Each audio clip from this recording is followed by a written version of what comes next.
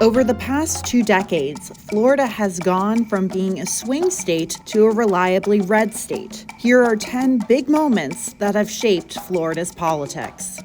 Jeb Bush, the second son of former President George H.W. Bush, scores a staggering 11-point victory in the Florida governor's race, reversing the GOP's fortunes in Miami-Dade County and ushering in the state's Republican revolution. The international controversy that culminated in an early morning raid to seize Elian Gonzalez, a 6-year-old boy in Miami, and return him to his Cuban father sent shockwaves through Miami's Cuban community and was blamed in part on a backlash against Democrats in the 2000 election. The closeness of the 2000 race between George W. Bush and Al Gore in Florida resulted in a weeks-long battle over hanging chads and eventually ended with the U.S. Supreme Court halting a recount, handing victory to Bush. A hyperactive hurricane season in the midst of the 2004 presidential election, including 2 major storms that hit Florida in September, helped buy then-President George W. Bush goodwill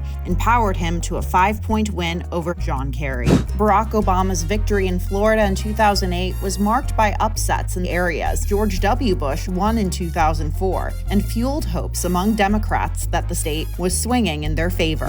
Marco Rubio prevailed in an uphill Senate battle against then-Florida Governor Charlie Crist, consolidating the support of Republican voters in a year that saw high-profile Democratic losses. Donald Trump clinched a narrow victory over Hillary Clinton in 2016 and upended Democrats' belief that Florida was turning into a blue state.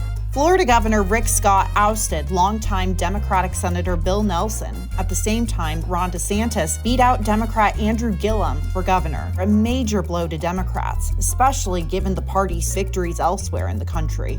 After a narrow 1-point victory in Florida in 2016, the now former president came back 4 years later to win by 3 times as much. Trump went on to lose the election overall, making 2020 the first time in nearly 3 decades that Florida didn't vote for the winning candidate. As Democrats defied bleak electoral odds in other states, Florida lurched to the right in the 2022 midterm elections. DeSantis cruised to a 19-point re-election victory, Republicans won supermajorities in both chambers of the state legislature, and Democrats were booted entirely out of statewide elected office for the first time since Reconstruction.